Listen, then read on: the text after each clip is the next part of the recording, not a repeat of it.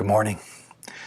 Continuing in Jonah, we are focused on a few lessons that help us understand how to realign our concerns with God's concerns.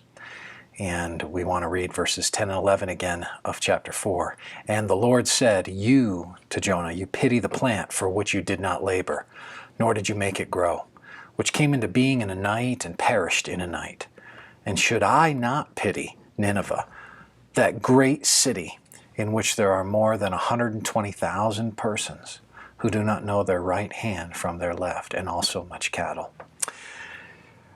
If you're going to have God's concerns, then a second principle to kind of build and expand on what we mentioned yesterday is you have to be able to have God's sense of what is important.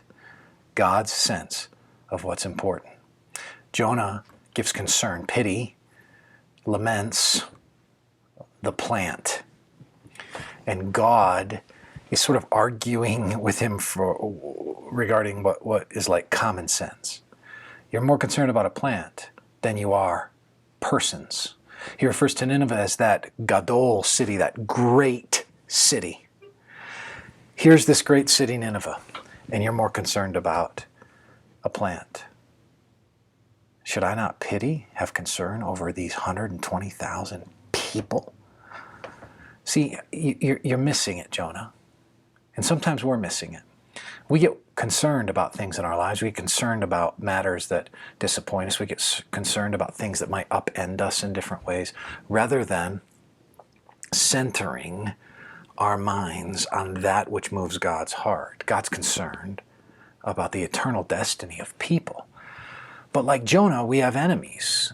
We don't always like people. I've heard people say before that they said, I just don't like people. Well, that's a problem, because God wants you to have a heart for people. He wants you to have a heart for people that you might naturally not only not be drawn towards, but even despise. He wants you to love your enemies. Dietrich Bonhoeffer spoke of this and brings this to a focus under the cross in his wonderful book, The Cost of Discipleship, and I want to read a portion of it to you. "How then," Bonhoeffer writes, "does love conquer? By asking not how the enemy treats her, but only how Jesus treated her. The love for our enemies takes us along the way of the cross and into fellowship with the crucified. The more we are driven along this road, the more certain is the victory of love over the enemy's hatred.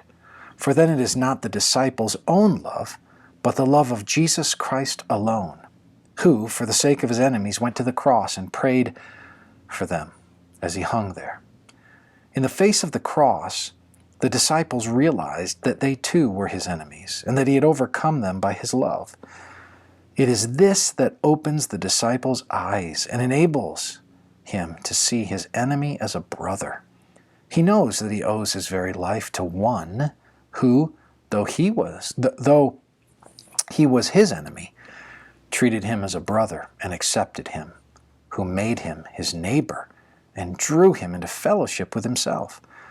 The disciple can now perceive that even his enemy is the object of God's love, and that he stands like himself beneath the cross of Christ." Can you see that one whom you might be opposed to is also the object of God's love? Jonah couldn't see that. If you want to have God's concerns, you're going to have to be able to see people through God's lens. May the Lord bless you today.